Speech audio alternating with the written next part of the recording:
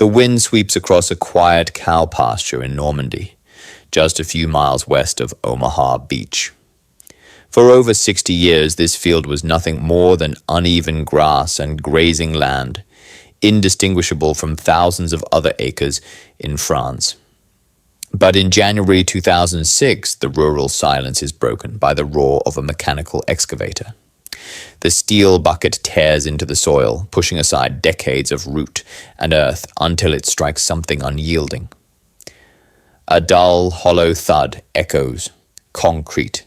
As the heavy dirt is cleared, a steel door emerges, rusted shut, sealed under tons of topsoil.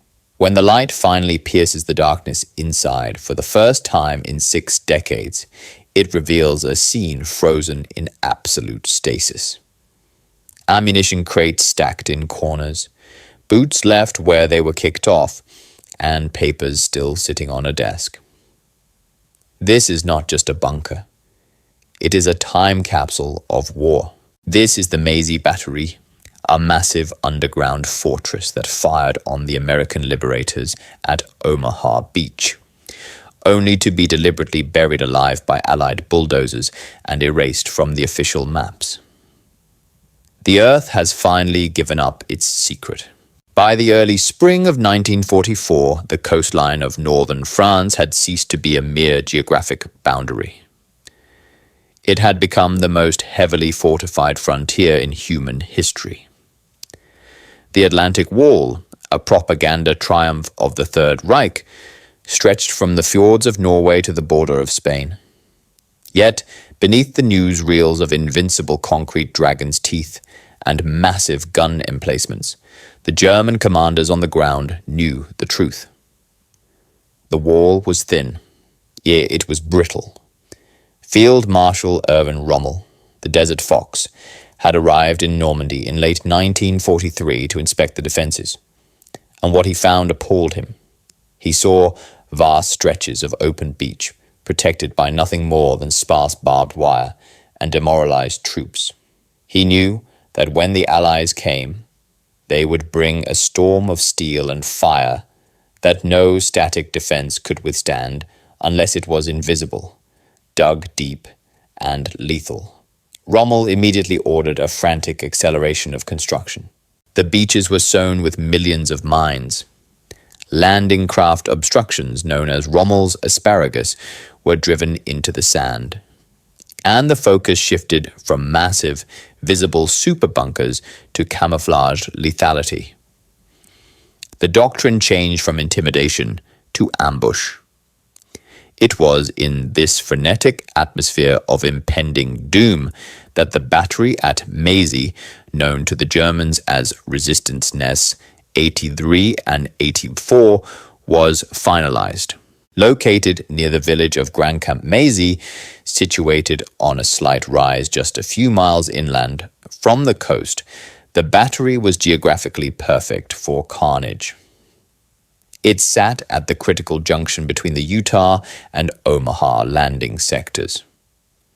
Unlike the famous gun positions at Pointe du Hoc, which jutted out into the sea and invited naval bombardment, Maisy was set back, recessed into the hedgerows and rolling fields. It was designed not to be seen, but to be felt. The construction here was a masterpiece of subterranean engineering. The Todt organization, using forced labor and German engineers, poured thousands of tons of concrete into the earth, but they kept the profile low. While Allied reconnaissance aircraft scoured the coast looking for the telltale shadows of massive casemates, the guns at Maisy were often covered with camouflage netting, straw, and even fake wooden roofs to mimic farm buildings. The complex was vast, spanning over 100 acres.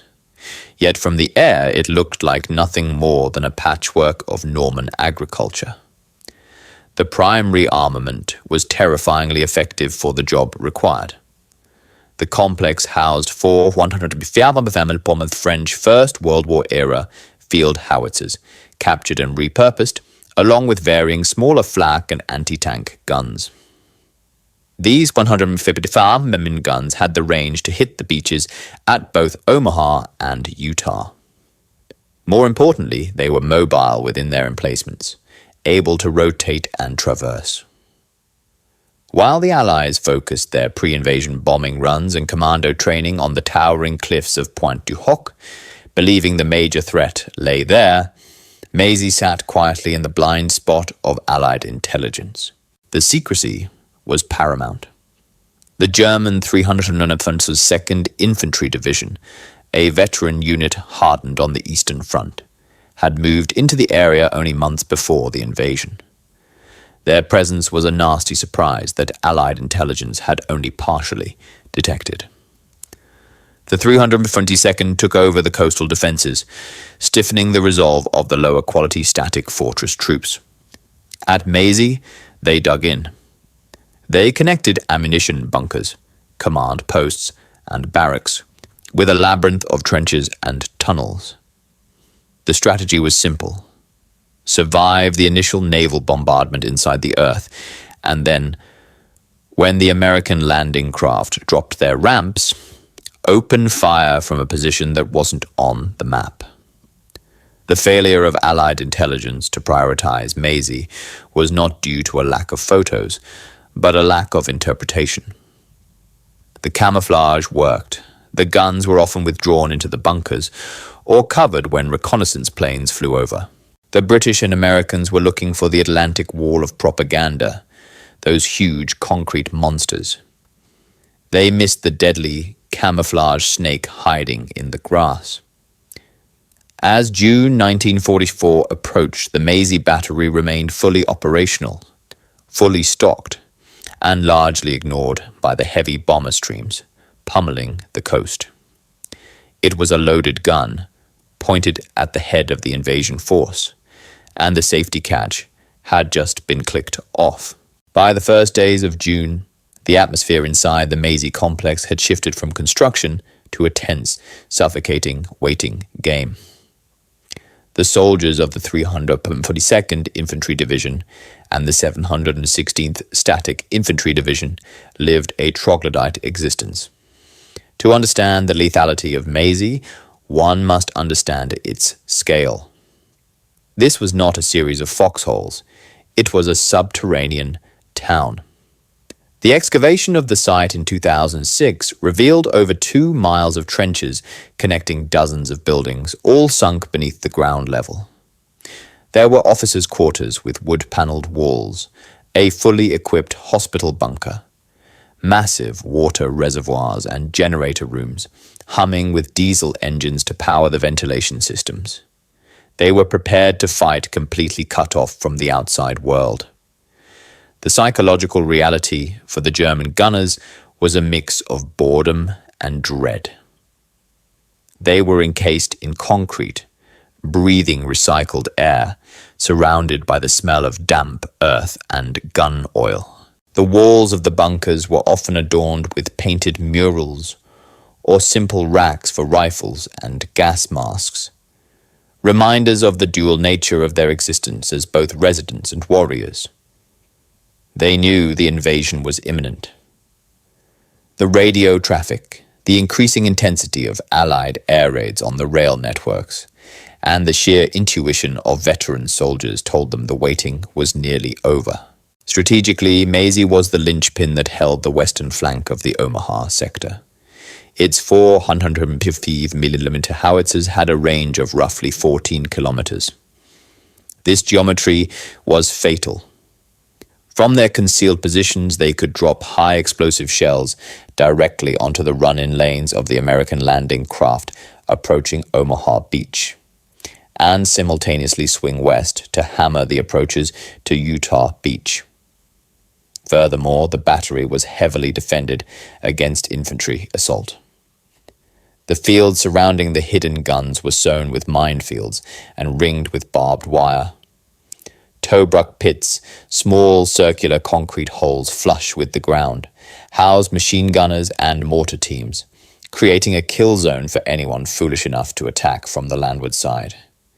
Yet, on the other side of the English Channel, The Allied planning maps contained a catastrophic error. The focus of the American attack plan for this sector was almost entirely fixed on Pointe du Hoc, located just a few miles to the east. Aerial reconnaissance had identified the massive casemates at the point, and Allied commanders believed heavily fortified 155 mm guns were housed there. Consequently, the elite U.S. Army Rangers were given the suicide mission of scaling those cliffs to destroy them. The tragedy, which would only be fully understood decades later, was that the guns at Pointe du Hoc had been moved. The telephone poles, meant to simulate barrel shadows, were a ruse that worked too well. The real heavy artillery in the sector, the guns that would actually be firing on D-Day, were sitting safe and sound, buried in the fields of Maisy, largely unnoticed and untouched by the pre-invasion bombardment. As the weather worsened on June 5th, bringing rain and high seas, the German commanders relaxed slightly, believing the storm provided a natural shield against invasion. Inside the Maisy bunkers, the men played cards and wrote letters home, secure under feet of reinforced concrete and soil. They did not know that an armada was already churning through the dark water toward them. The trap was set, but the hunters were about to walk into it, blindfolded. The stage was set for a confrontation between a hidden enemy and a force that didn't even know they existed. For the 300 soldiers of the 352nd Infantry manning the Maisy complex, the morning of June 6th does not begin with the sight of ships. It begins with the sound of the apocalypse. Deep inside the concrete bowels of the battery, the initial sensation is tectonic. The Allied naval bombardment is designed to shatter the Atlantic Wall, and while the shells from battleships like the USS Texas and HMS Glasgow tear up the beaches, the shockwaves travel through the bedrock. Inside the tunnels, the air pressure fluctuates violently. Dust shakes loose from the reinforced ceilings, coating the pristine uniforms of the gun crews.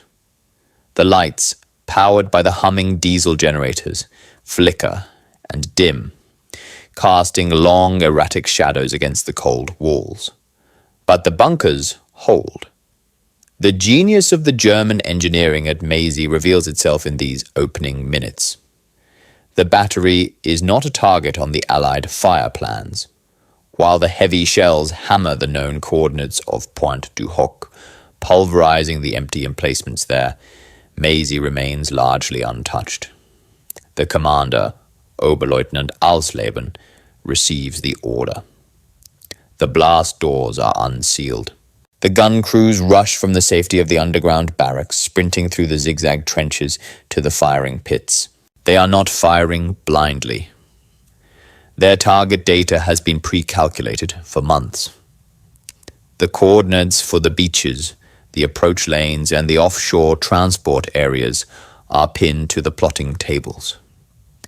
As the sun rises, revealing the grey, ship-clogged horizon, the German gunners at Maisy are not terrified. They are efficient. They load the 95-pound shells into the breeches of the 155mm howitzers. The recoil shakes the ground, but the camouflage netting barely moves. From the perspective of the gun crew, this is a turkey shoot. They are invisible assassins, striking at an enemy who is frantically searching the wrong stretch of coastline for the source of the fire. The psychological advantage is overwhelming. They are killing without being seen.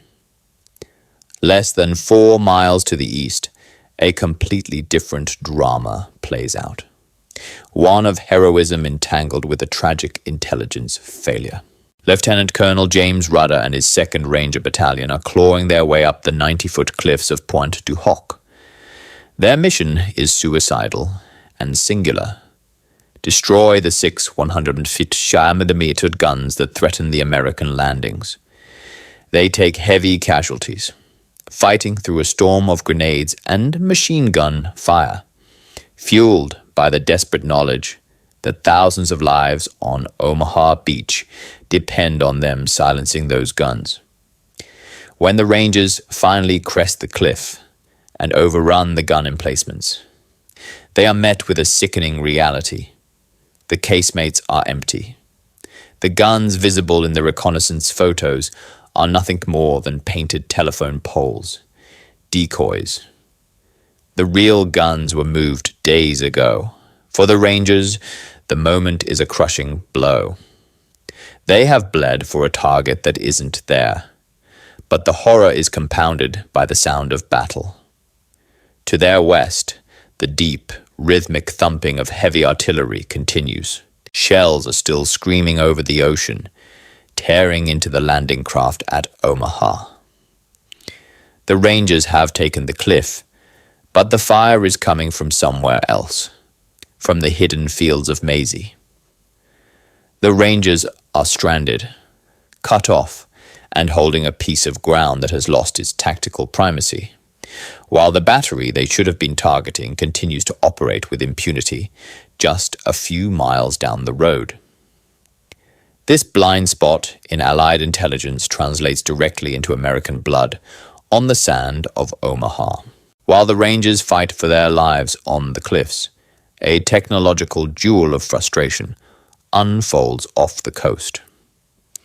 The Royal Navy heavy cruiser HMS Hawkins is assigned to the sector, covering Grand Camp Maisy. Her 7.5-inch guns are capable of hurling a 200-pound shell over 12 miles. In theory, she should be able to crush the German defenses. But the battle between a ship and a hidden land battery is asymmetric.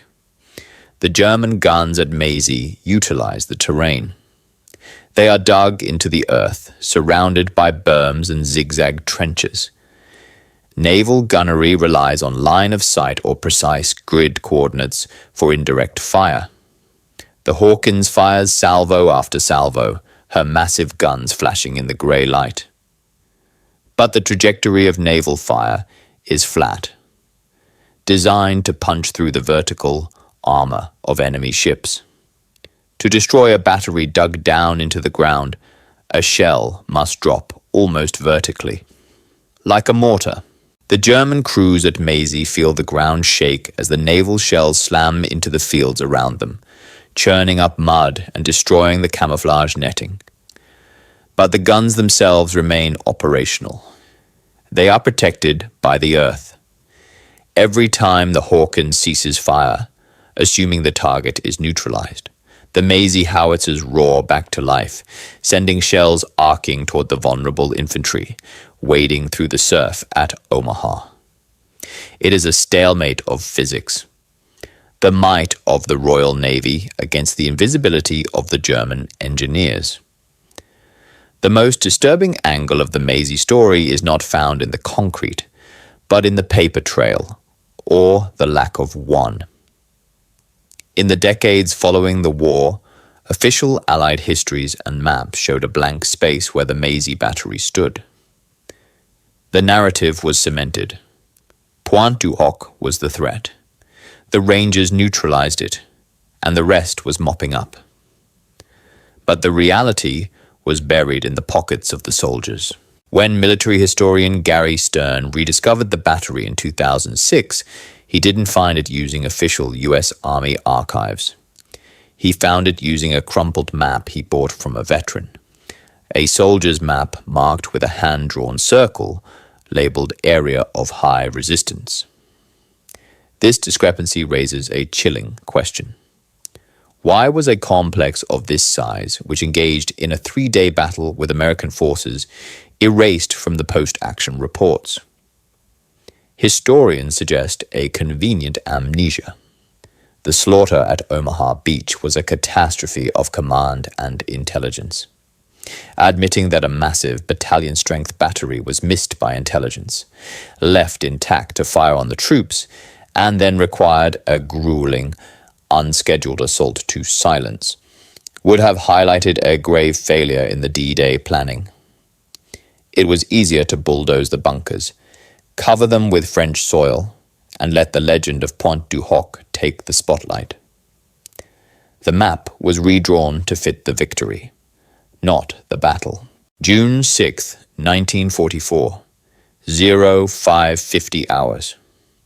The dawn off the coast of Normandy is grey, cold, and deafening. The naval bombardment has lifted, shifting inland to create a rolling barrage. On the landing craft churning toward Omaha Beach, the men of the 1st and 29th Infantry Divisions tighten their helmet straps, vomit from seasickness, and pray. They are told the beaches will be craters, the defenses shattered. But 3 miles inland, at the Maisy battery, the war is just beginning. Oberleutnant Alsleben checks his watch. The coordinates are confirmed. The order is given. Feuer. The 4 150,000-meter howitzers erupt in unison. The sound is not a crack, but a physical slam of air that compresses the lungs of the gun crews. The camouflage netting dances wildly in the muzzle blast. The massive shells arc high over the hedgerows, screaming through the overcast sky, traversing the 4 miles to the coast in seconds. At Omaha Beach, the water erupts. Huge geysers of dirty seawater and shrapnel tear into the waves among the approaching Higgins boats.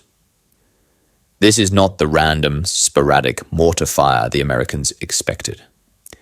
This is heavy, rhythmic, calibrated artillery. The shells are landing in the run-in lanes, the specific channels the boats must take to avoid the submerged obstacles. On the bridge of the command ships, confusion reigns. Reports flood the radio nets, taking heavy fire, large caliber, sector Charlie, Doc Green. The commanders look to the maps. Pointe du Hoc is being pounded by the Texas. The known batteries are suppressed. Where is it coming from?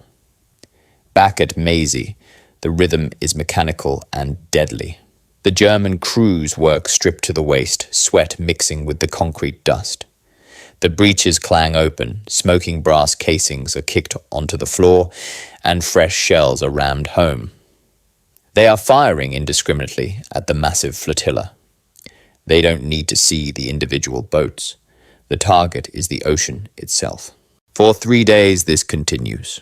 As the Americans claw a foothold on the beach and begin to push inland, the fire from Maisy does not stop. It shifts. As the infantry advances past the beachhead, the German guns traverse inland, dropping high explosives on the crossroads and assembly areas behind the American lines. The invisible battery becomes a ghost, haunting the advance.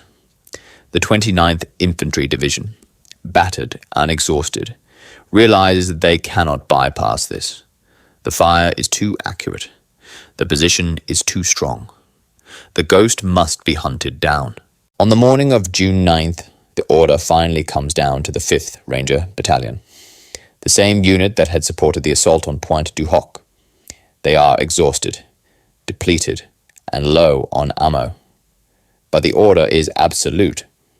Go to Grand Camp Maisy. Find the guns.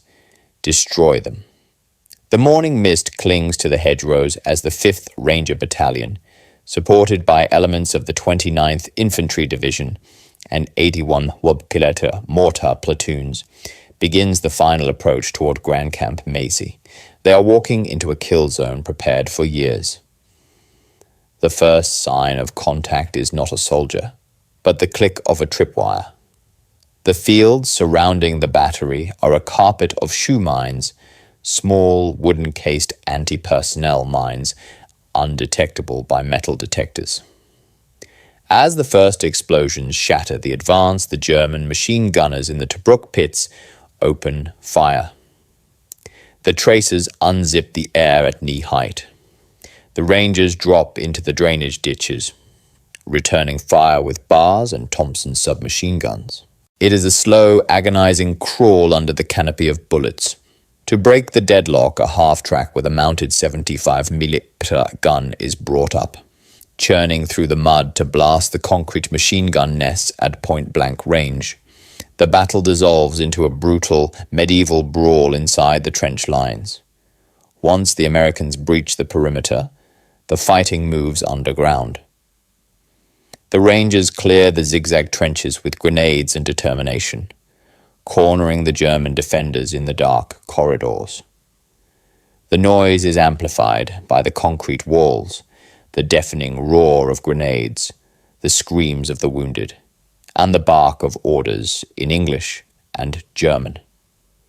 Inside the command bunker, Oberleutnant Alsleben realizes the position is untenable. The Americans are swarming over the roofs of the bunkers. The ventilation shafts are being threatened with grenades. The battery has fired continuously for 3 days, expending nearly all its ammunition. Its purpose has been served. At 09:30 hours, the firing ceases. A white flag is pushed through the heavy steel door of the command post. The Germans emerge, hands raised, blinking in the harsh daylight, dazed, covered in dust, and defeated. The Rangers move in to inspect their prize. They find the 155 cannons hot to the touch, the barrels blackened from sustained fire. They find the galleys with half-eaten food, and the hospital bunker filled with the wounded. The ghost battery is finally real, solid, and silent. But as the adrenaline of the assault fades, a strange order comes down from the Allied High Command. An order that will seal the fate of Maisy more effectively than any explosive charge. The silence that descends on Maisy in mid-June 1944 is heavier than the shelling. The Americans do not linger. The front line is moving south towards St. Louis and eventually Paris. The war has no patience for museums. The U.S. Army engineers arrive with heavy equipment, but their orders are not to study the site. They are to neutralize it. Demolition is slow and dangerous. Explosives are needed elsewhere. The solution is crude, effective, and permanent: burial. Huge bulldozers roar across the pockmarked fields. They push mountains of Norman soil into the trenches. The heavy steel blast doors of the bunkers are slammed shut, not by the hands of the departing Germans, but by the weight of the earth piling against them. The ventilation shafts are clogged with dirt. The gun pits are filled in. Within days, the subterranean town is sealed. The site is returned to the local French farmers. For them, the priority is survival, not preservation. They plow over the trenches. They plant corn and wheat on the soil that covers the concrete roofs. The war moves on, and Maisy is left behind, a ghost ship submerged just beneath the waves of grain. As the years turn into decades, the memory of the location fades. The veterans who fought there go home, grow old, and die. The official histories are written focusing on the cinematic heroism of Pointe du Hoc. The maps are finalized and the circle marking target number 5 at Maisy is simply omitted. It becomes a rumor, a local legend told by old men in Grand Camp Maisy. There are tunnels under that field. But to the rest of the world, it ceases to exist. It waits in the darkness, dry and preserved, protecting its secrets from the rust and rot that claims the surface bunkers of the Atlantic Wall. 60 years later, the silence is broken not by artillery, but by curiosity. Gary Stern, a British military historian and collector, is walking the fields near Grand Camp Maisy. He has a map, an original U.S. Army invasion map he purchased from a veteran. It shows something that modern maps do not: a heavy concentration of enemy resistance, clearly marked. He looks at the map, then at the empty field of brambles and nettles before him. The geography matches. The history books say there is nothing here. The ground says otherwise. Stern begins to dig. At first, it is just a hunch, but soon, the shovel hits the hard, undeniable resistance of concrete. He finds the edge of a roof. then a ventilation chimney. He negotiates with the landowner and brings in an excavator. As the machines peel back the layers of topsoil, the scale of the complex reveals itself. It is not just a bunker, it is a sprawling fortress. The excavation teams clear thousands of tons of dirt from the trenches. When they finally reach the blast doors of the main ammunition bunker, the hinges are stiff but intact. They apply pressure. The metal groans, the rust gives way, and the door swings open. The air that rushes out is cold and stale. The air of 1944. Inside, the beam of their flashlights reveals a scene of eerie preservation. Because the site was buried rather than blown up, it has been protected from the elements and vandals. Wooden ammunition crates are stacked against the walls. A pair of German jackboots sits in the corner, leather stiff but unrotted. Water bottles, gas mask canisters, and even paperwork are found where they were dropped on the day of surrender. This is the only battery in Normandy where visitors can walk through the original trenches as they were. It is a forensic crime scene that proves the historical narrative was incomplete. The excavation of Maisy forces a rewrite of the D-Day story. It validates the struggles of the Rangers who fought here. It answers the question of where the heavy fire on Omaha Beach was coming from. The earth has returned the evidence, intact and undeniable. Today, the Normandy coast is a place of pilgrimage. Buses line the parking lots at Omaha Beach, and visitors walk the manicured, cratered, lunar landscape of Pointe du Hoc, looking down at the sea. Monuments of stone and bronze stand as sentinels to the memory of liberation. But just a few miles away, tucked into the quiet farmland, the Maisy battery offers a different kind of memory. One that is raw, dark, and unpolished. The opening of these tunnels challenges our understanding of history. It reminds us that the official version of events is often a simplified draft, smoothed over by the passage of time and the convenience of narrative. We prefer stories with clear objectives and visible victories. Pointe du Hoc was a visible victory, heroic and cinematic. Maisy was a messy, dangerous reality that complicated the story, so it was buried. But the earth does not lie. It holds the steel, the concrete, and the bones until we are ready to face them again. Walking through the damp, claustrophobic corridors of the Maisy Battery today, you do not feel the glorious swell of victory. You feel the cold, industrial weight of the machine of war. You see the fear in the rusted helmets and the claustrophobia in the narrow firing slits. The unsealing of Maisy is not just an archaeological triumph. It is an act of historical justice. It restores the context of the battle for the men who fought and died in those fields. It proves that while we can pave over the past, we can never truly erase it. The war is still there, just beneath our feet, waiting for the light to return.